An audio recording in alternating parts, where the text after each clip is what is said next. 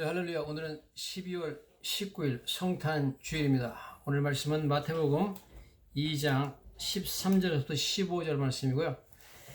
말씀 제목은 애굽으로부터 내 아들을 불렀다, 이런 제목입니다. 제가 한번 읽어보면, 그들이 떠난 후에 주의 사자가 요셉에게 현몽하여 이르되, 헤롯이 아기를 찾아 죽이려 하니 일어나 아기와 그의 어머니를 데리고 애굽으로 피하여 내가 네게 이르기까지 거기 있으라 하시니, 요셉이 일어나서 밤에 아기와 그의 어머니를 데리고 애굽으로 떠나가 헤롯이 죽기까지 거기 있었으니, 이는 주께서 선지자를 통하여 말씀하신 바 애굽으로부터 내 아들을 불렀다함을 이루려 하심이라, 이런 말씀입니다. 이제 성경에 보니까 그들이 떠난 후에 이렇게 말했습니다. 그들은 바로 동방박사들이죠. 동방박사들이 떠난 이후에 밤에 자는데 천사가 요셉한테 꿈에 나타났습니다. 나타나가지고 헤롯이 아기를 찾아 죽이려 하니 일어나 아기와 그의 어머니를 데리고 애굽으로 피하여 내가 네게 이르기까지 거기 있으라. 그래서 요셉이 밤에 일어나가지고 아기와 어머니를 데리고 애굽으로 떠났다. 그렇게 말하고 있습니다. 자, 이제 요셉은 헤롯 왕이 아기 예수를 죽이려고 군대를 보내가지고 지금 베들레헴과 그 근처에 있는 산의 아이들을 2살 아래로 다 죽이라, 그런 명령이 내린지 전혀 몰랐습니다. 그리고 오늘 밤에 그렇게 막 군인들이 집집마다 들이닥쳐가지고 밤에 자고 있는 집집마다 수색을 해가지고 2살 이하 사내가 있으면 다 죽이는 그런 긴박한 위험이 있는지 전혀 모르고 자고 있었는데, 꿈에 천사가 나타나가지고 빨리 일어나서 아기와 어머니를 데리고 에집트로 가라, 그렇게 말했기 때문에 자고 있던 아기와 마리아를 깨워가지고 여보 빨리 일어나서 지금 가야 된다. 그래서 데리고 떠나는 것을 보게 됩니다. 왜 헤롯 왕은 이처럼 아기 예수를 죽이려고 할까요? 물론 헤롯 왕이 지금 나이가 70 정도 됐는데, 자기가 뭐 새로운 유대왕이 태어났다고 해도 자기는 더 이상 뭐 이렇게 왕으로 있어봤자 몇 년이겠습니까? 나이가 70인데.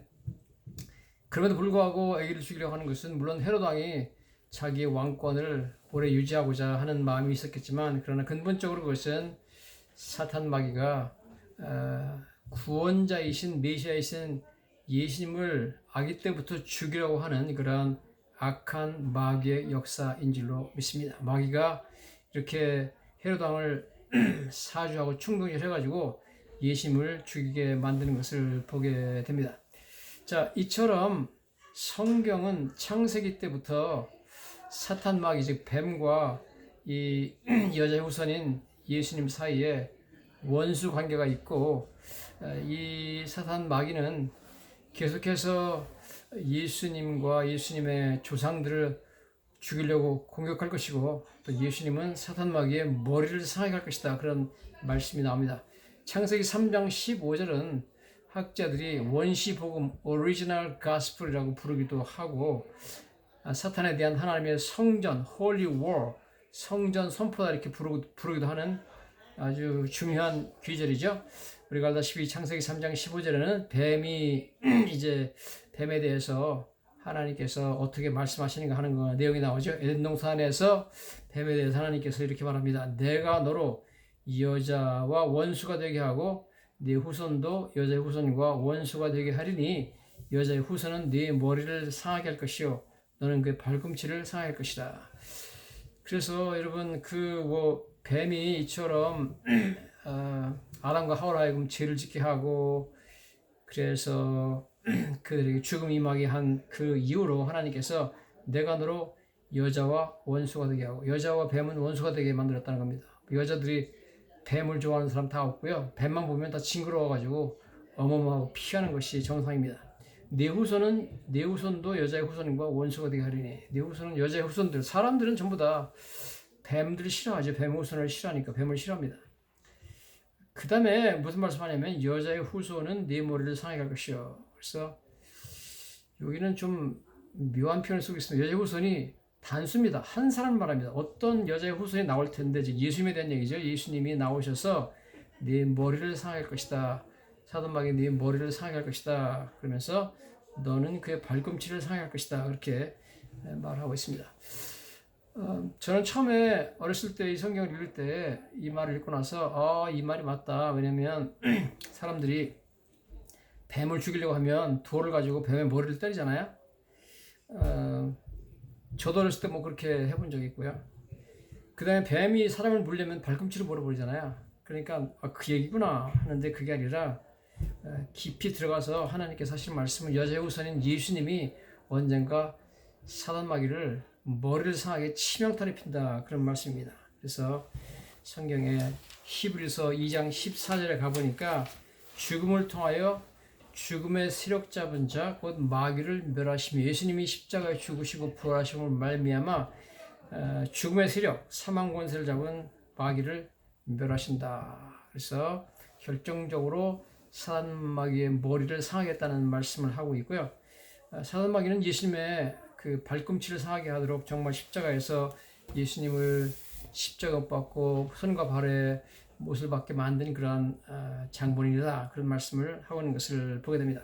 이처럼 사단마귀는 언젠가 메시아가 태어나서 자기의 머리를 상하게 하고 자기를 멸망시킬 것을 알기 때문에 태초부터 시작해가지고 창세기 때부터 시작해가지고 메시아의 그 선조 조상이 될 사람들을 자기가 살해하고 죽이려고 해가지고 예수님 즉 메시아의 탄생 자체를 불가능하게 만들어 버리려고 노력을 많이 했습니다. 그 첫 번째 작전은 바로 가인이 아벨을 죽인 사건이죠. 사단마귀가 예수님의 조상, 메시아의 조상으로 첫 번째 지목한 사람이 아벨이었습니다. 그래서 가인이 아벨을 죽였는데 성경은 여기에 대해서 이렇게 말합니다. 요한 1서 3장 12절에 가인이 악한 자에게 속하여 아벨을 죽였으며 그랬습니다. 가인이 악한 자, 사탄마귀에 속해가지고 사단마귀 영향을 받아가지고 사주를 받아가지고 아벨을 죽였다. 그래서 이렇게 벌써 사탄이 아벨을 동원해가지고 아벨을 이렇게 충동질해가지고 예수님의 조상을 죽이려고 하는 모습을 보게 됩니다. 그뿐만이 아니죠. 나중에 보면 우리가 알다시피 이스라엘의 12지파 그래서 그 자손 중에서 유다 자손을 통해서 예수님이 나오게 되어 있는데 그 야곱을 통해서 나오죠. 그런데 야곱의 형 에서가 야곱을 죽이려고 그러죠. 그래서 아버지의 길이 가까워서 아버지가 돌아가실 날이 가까웠기 때문에 아버지가 돌아가시면 내가 너를 죽이겠다. 그렇게 공공연하게 떠들고 다녔습니다. 살해하려고 그랬죠. 이처럼 그 형이 동생을 죽이려고 하기 때문에 부모님이 급히 야곱을 외삼촌 라반의 집으로 멀리 보내버리죠. 자, 이렇게 창세기 때부터 사단마귀는 예수님의 조상을 죽이려고 들었습니다. 예수님께서 지금 오늘 여기 보면 이제 헤롯 왕을 통해 가지고 그 베들레헴에 있는 아기들 다 죽여버리잖아요. 그래서 예수님이 살해 위협을 당하고 그래서 지금 빨리 일어나 가지고 애굽으로 피신하는데 이러기 전서부터 오랫동안 그러니까 이거 뭐 수천 년 동안 이제 사단마귀가 예수님의 조상들을 죽이려고 살해하려고 하는 것을 우리가 보게 됩니다. 예수님이라는 너무너무 귀한 선물을 우리에게 하나님께 주시기 전에 이 주시는 과정에 여러 가지 참 어마어마한 위험을 통과해서 이 선물을 우리에게 오게 됐다는 것을 우리가 알아야 될 줄로 믿습니다. 자, 나중에 보면 이제 야곱이 이삼촌 라반의 집에 가서 20년을 있게 됩니다. 나중에 많은 양떼와 소떼와 4명의 부인과 12명의 아들과 함께 거기서 나오는데 그때 라반과 그 형제들과 그 라반의 아들들이 야곱을 죽이려고 달려드는 것을 보게 됩니다. 그래서 야곱이 몰래 도망갔다는 것을 알고 나서 7일 동안 길을 추격해가지고 야곱이 있는 길랄까지 와가지고 죽이려고 하죠. 그러나 밤에 그날 만나는 전날 밤에 하나님께서 꿈에 나타나셔가지고 라반에게 절대 야곱을 해하지 말라 그렇게 말씀하시는 바람에 야곱이 목숨을 건지게 됩니다. 만약 야곱이 죽었다면 야곱이 죽으면 야곱과 함께 그 아들들 다 죽이는 거죠. 그러니까 그렇게 되면은 이스라엘에서 예수님이 태어날 수 없습니다. 유다의 자손에서 예수님이 태어날 수 없기 때문에 아예 사단 마귀가 야곱과 그 가족들을 죽여버리려고 하는 것을 우리가 보게 됩니다. 자, 그 이후에 그걸로 끝나는 게 아닙니다. 그 이후에 이제 이들이 애굽에 내려가 가지고 애굽에서 또 가족들이 번성해 가지고 엄청난 큰 민족이 되었지만 그 민족이 커졌기 때문에 바로 왕이 유대인을 다 죽이려고 그러죠. 그래서 아들이 태어나면 죽이라 산파하게 명령하고 그 다음에 나중에 그래도 잘 안 되니까 아들이 태어나면 날강에 던져가지고 죽여버리라 그렇게 해서 이스라엘 민족을 멸절시키려고 하는 그런 사탄의 그런 강력한 노력이 있다는 것을 보게 됩니다. 참 굉장히 위험한 일이죠. 어쨌든 이래가지고 하나님께서 출애굽시켜가지고 이스라엘 백성들을 구원했지만 이처럼 예수님의 조상을 죽이려고 하는 사탄 마귀의 노력은 끊임없이 계속되는 것을 보게 됩니다.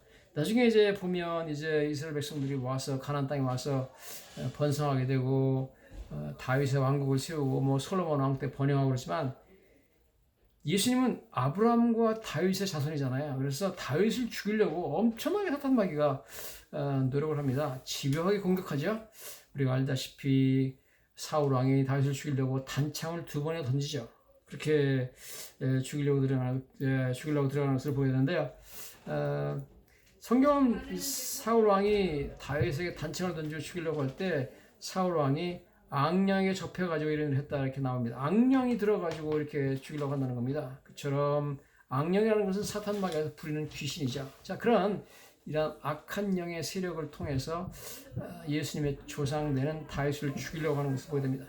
다윗이 여러 번 살해위협을 당하죠. 뭐 하루는 자기 부인 미갈과 자고 있는데 군인들을 보내가지고 침대채 그냥 나한테 데려와라 내가 죽이겠다 그러죠. 근데 그걸 알고 미갈이 미리 창문으로 이렇게 탈출시키는 바람에 살았죠. 그 다음에 뭐 여러 번 사울왕이 다윗을 죽이려고 뭐 여기저기 뭐 추격을 하고 엄청나게 죽이려고 노력하는 것을 보게 됩니다. 왜 다윗 왕은 이렇게 수많은 살해입을 당했는가? 나중에는 자기 아들 압살롬이 반역을 해가지고 아버지들도 죽이려고 나오죠. 왜 이렇게 수많은 죽음, 살해 위협에 노출되는가? 그것은 바로 그가 예수님의 조상이기 때문에 그렇습니다. 다윗이 이렇게 참 엄청난 살해 위협에 시달리면서 평생 동안 고생을 한 이유도 저와 여러분들을 위한 것입니다.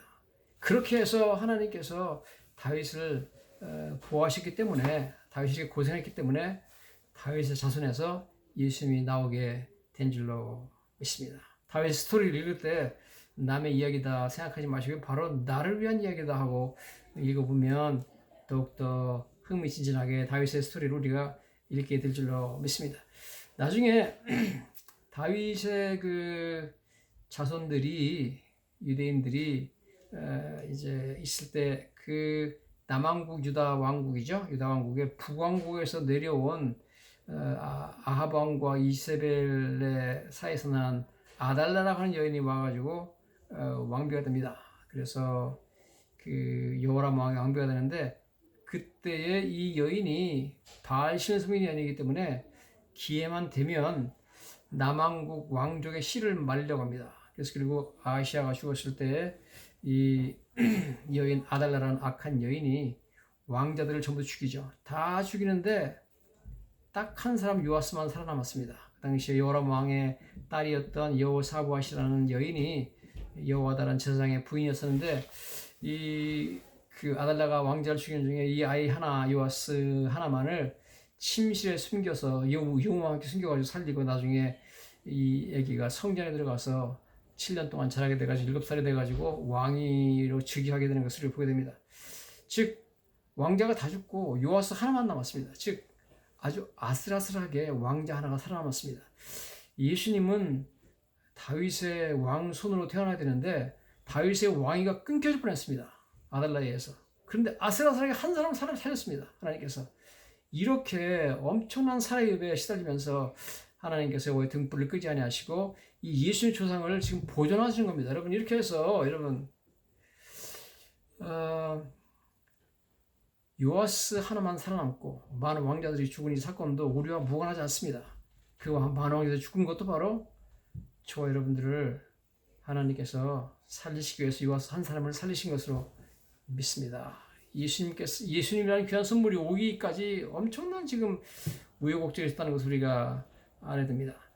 나중에 보면 이제 헤롯 왕이 이처럼 오늘 본문처럼 예수님을 죽이려고 들죠. 그래서 베들레헴과 그 근처에 있는 어린아이들 중에서 2살이 하나 다 죽이라 그런 명령을 내리는 것을 보게 됩니다. 그래서 매튜 헬리라는 그런 주석가는 말하기를 그 베들레헴과 근처에서 그날 죽었던 수많은 어린 사내 아이들은 Army of Mothers, 즉 그 순교자의 군대다 그렇게 말하고 있습니다. 나중에 보면 예수님의 고향 나사렛 사람들도 예수님이 설교하고 나니까 예수님을 낭떠러지로 와서 밀어떨어져 죽이려고 들죠. 모두 사탄 마귀의 그런 살해 위협입니다. 가르치다가 사탄 마귀의 유혹을 받아가지고 충동을 받아가지고 예수님을 배신하죠. 예수님 죽이려고 하는 거죠. 그 다음에 대제사장, 서기관 이런 사람들이 모여가지고 예수님 죽이려고 하죠. 당연히 사탄 마귀가 예수님 죽이려고 하는 그런 의도입니다. 빌라도도 예수님을 사형 판결을 내려버리죠. 자, 이렇게 해서 결국 그들이 예수님을 죽였지만은 그러나 예수님은 죽음을 통하여서 우리를 구원했습니다.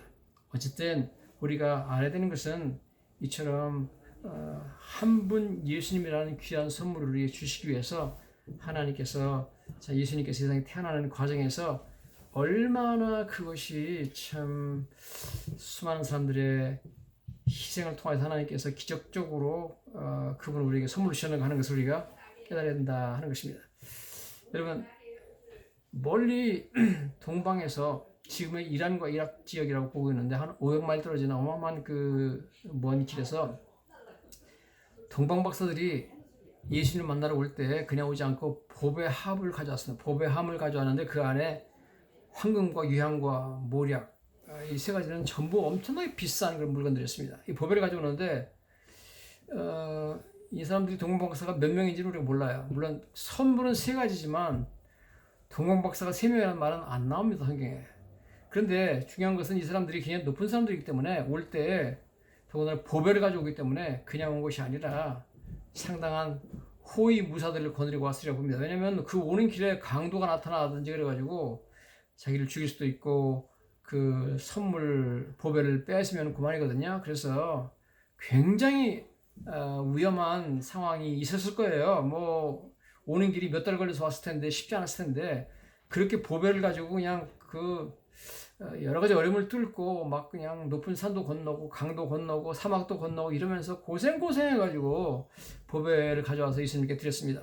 마찬가지로 여러분, 예수님이라는 귀한 선물, 예수님이 이 땅에 오셨기 때문에 저 여러분들이 예수님이라는 죄 용서함을 받게 되고 영생의 선물을 받게 되는데, 예수님이라는 가장 귀한 선물을 하나님께 우리에게 주시기 위해서 하늘에서부터 예수님이 내려오는 이 과정에서 엄청난 위험한 강도들이 많이 있습니다.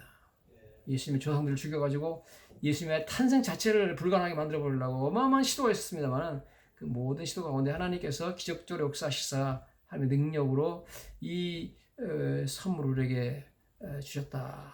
이 그냥 갑자기 받은 선물이 아니라 창세기 때부터 시작해가지고 수많은 사람들이 살해 위협을 받으며 실제로 죽으며 이렇게 어렵게 보존돼서 내려온 너무너무 위험을 뚫고 내려온 하늘로부터 내려온 귀한 선물인 예수님이 태어나신 날이 오늘이다 하는 것을 우리가 알아야 될 줄로 믿습니다.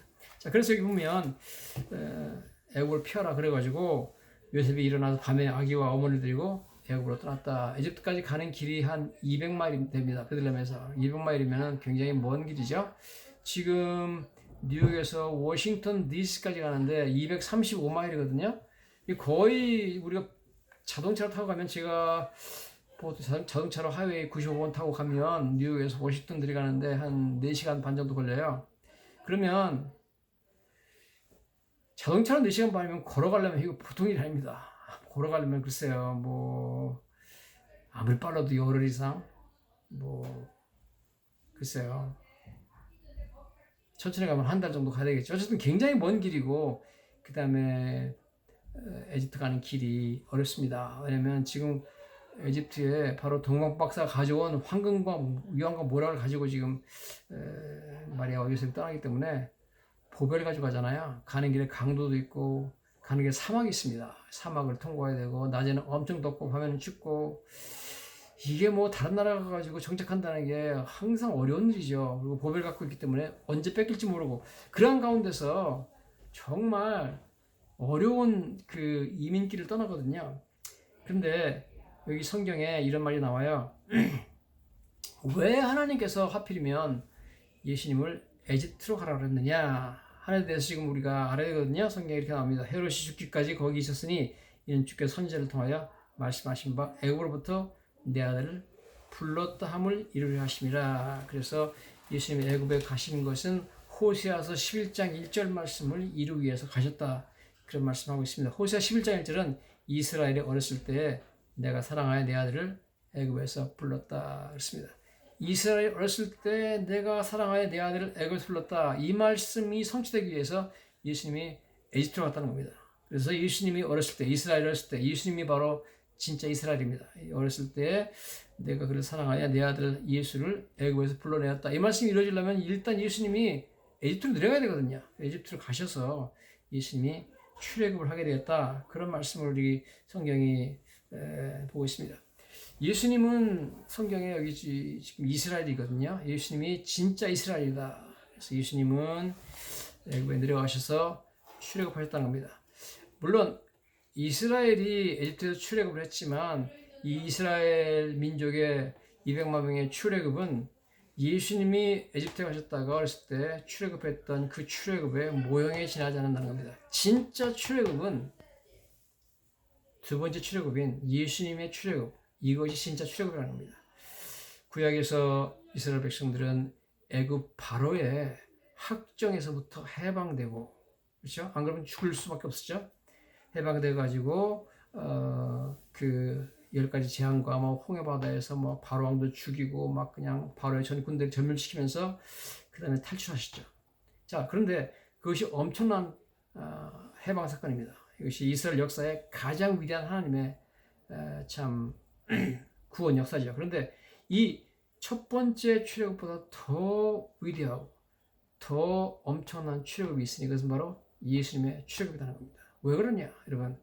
첫 번째 출애굽을 통해서 이스라엘 백성들이 200만 명이 죽음을 무면하고 살아났습니다. 그러나 예수님이 애굽에 가셨다가 살아나서 들어오셔서 십자가에 죽으시고 부활하시고 말미암아 200만 명 정도가 아니라 수천만의 예수 믿는 자들이 진정한 출애굽, 즉 사단마귀의 손아귀에서 벗어나게 되고 죄 용서 받게 되고 사망을 면하게 되는 죄와 사망에서부터 해방되는 놀라운 출애굽을 했기 때문에 이 출애굽은 첫 번째 출애굽하고는 비교도 안 되는 위대한 출애굽이라는 겁니다. Greater, 즉 헤롯 왕의 그 살해액을 피해서 물론 애굽으로 갔지만 뭐 꼭 애굽으로 피신할 필요는 없잖아요. 다른 나라도 가도 되니까. 옆 나라 뭐 가까운 나라 모압도 있고 암몬도 있고 그래도 가야 되는데 애굽으로 보내신 이유는 출애굽이라는 호세아서 11장 1절의 말씀을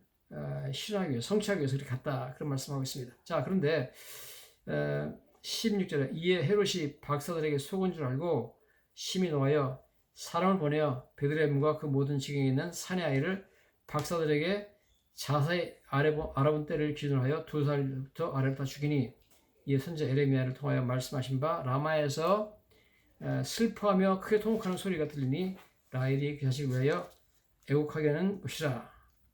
그가 자식이 없으므로 위로받기를 거절하였다 함이 이렇다. 자, 이제 지금 이렇게 말씀하십니다.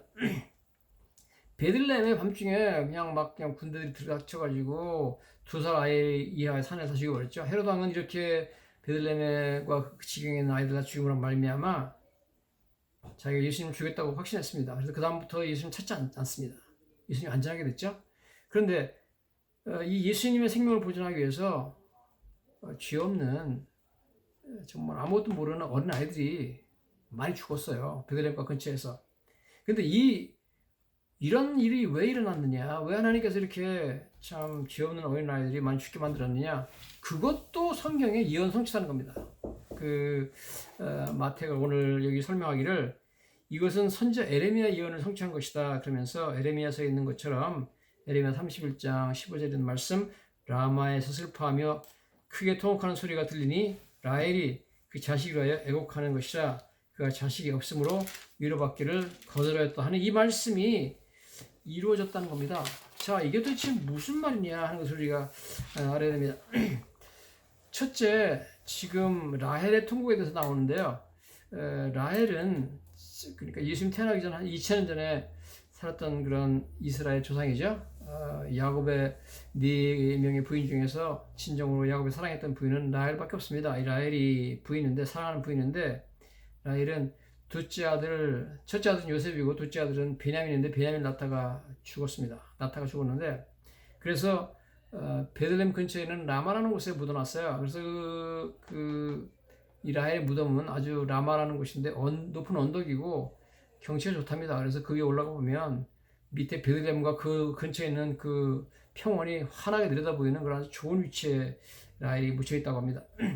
자, 묻혀 있는데 여기 라마에 크게 슬퍼하며 크게 통곡하는 소리가 들리니 라헬이 자식을 위하여 애곡하는 것이라.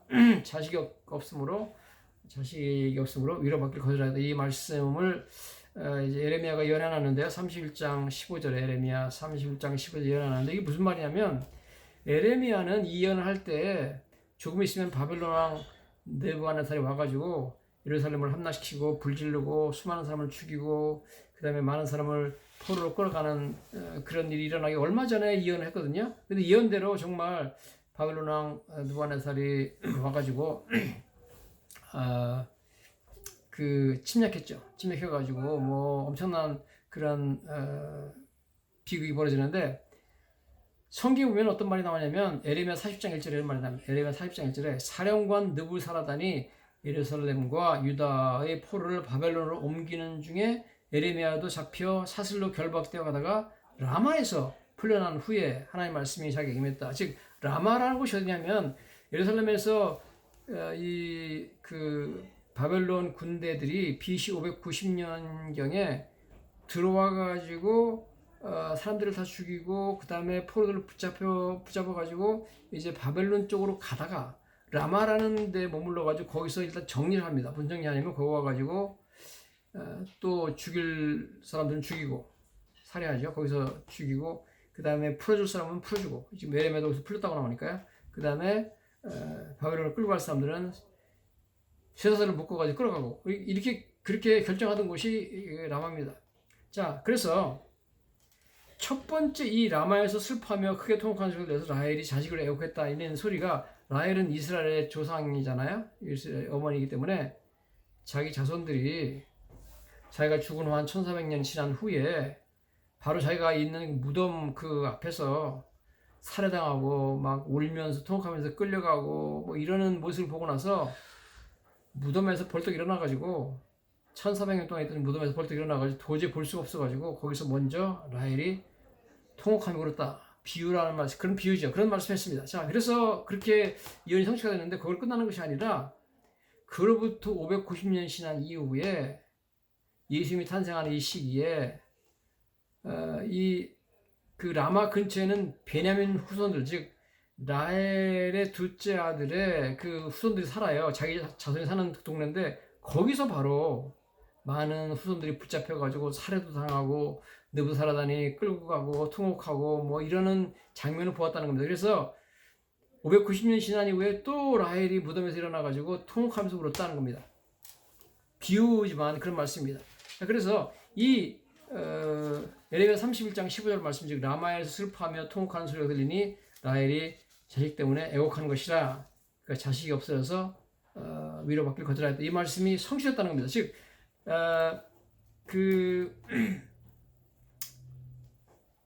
여기에 왜 베들레헴 근처에 애기들이 이렇게 많이 살해당했느냐, 하나님께서 이렇게 살해하게 두셨느냐 하는 것은, 그래야만 베들레헴 근처에 있는 사람들, 즉 그 베냐민 자손들 애기들이 많이 죽어가지고 막 밤에 통수가 나고 부모님이 막 그냥 뭐 피 묻은 죽은 애기를 붙잡고서 막 그냥 정말 애가 타도록 우는 그 모습을 보고 나서 라헬이 일어나가지고 무덤에 일어나가지고 통곡했다 하는 이 예언이 이루어지게 하기 위해서 이런 일이 벌어졌다는 겁니다. 어쨌든 여러분 너무 참 깊은 심오한 이야기도 성경하고 있는데 우리가 보고자 하는 것은 한 가지입니다. 여러분 이렇게 예수님이 이 세상에 오시기까지 쉽지가 않았습니다. 예수님이 오시는 것을 방해하고 우리를 위해서 십자가 지시고 부활하시는 것을 방해하기 위해서 헤롯 왕이 베들레헴 근처에 있는 그 순진한 어린아이들을 많이 죽였습니다. 엄청난 희생과 피를 통해서 순교자의 피를 통해서 예수님이 이 땅에 오셨어요. 그 전에도 저희들이 봤듯이 창세기 때부터 가인이 아벨을 죽이고 뭐 다윗에 대한 핍박이니 뭐 모든 것들이 예수님이 우리에게 오는 방해하기 위한 사탄의 그러한 방해 공작이었습니다. 이런 엄청난 사회 위협을 다 뚫고 하나님께서 가장 귀하고 귀하신 법의 함을 강도에게 뺏기지 않고 다 지키셔가지고 우리에게 전해주셔가지고 그 귀한 법의 때문에 저희들이 죄사함 받게 되고 그 다음에 영생을 얻게 된 줄로 믿습니다. 여러분 성경에 이렇게 나와 있죠. 예수님을 낳을 때, 예수님이 탄생할 때 천사가 와서 요셉한테 이야기합니다. 너는 마리아 데려오기를 두려워하지 말아라. 이 마리아가 뭐 다른 남자랑 무슨 관계를 해가지고 임신한 것이 아니라 이는 성령으로 잉태된 것이니 하나님 성령으로 잉태됐다는 겁니다. 그러니까 마리아 데려오지는 걱정하지 말아라. 그런 거죠. 그러면서 이렇게 말합니다. 그 이름을 예수라 하라. 아들 나면은 아들 낳으니 이름을 예수라. 그러면서 그가 백성을 죄에서 구원할 자다. 와, 여러분, 저 여러분들을 죄에서 구원해가지고 죄 용서를 받게 하고 하나님으로부터 너는 의롭다 하는 그런 놀라운 선언을 받게 하시고 죄가 없기 때문에 죽을 이유가 없죠. 그래서 영생을 해주시는 이런 귀한 선물을 주시기 위해서 이 귀한 선물을 예수님을 주시기 위해서 하나님께서는 정말 엄청난 우리가 눈에 보이지 않는 어마어마한 사탄과의 전쟁을 통해 가지고 그런 어마어마한 전쟁을 통해 가지고 이 선물이 수천 년의 전쟁의 결과로 우리에게 오게 된 겁니다.